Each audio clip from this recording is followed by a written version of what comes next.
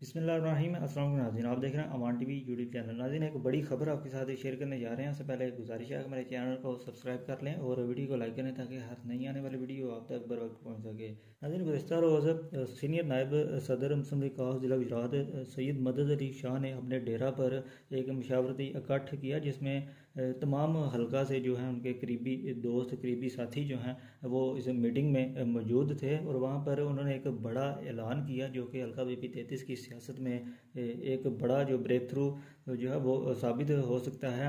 उन्होंने हल्का BP 33 से बाकायदा तौर पर MPA की सीट पर इलेक्शन लड़ने का ऐलान कर दिया है। आपको मज़ीद बताते चले कि इस हल्का से कोटला बरदरान मैदान में है, रनिया बरदरान मैदान में हैं, कायरा बरदरान भी जो है वो ऐलान कर चुके हैं इलेक्शन लड़ने का।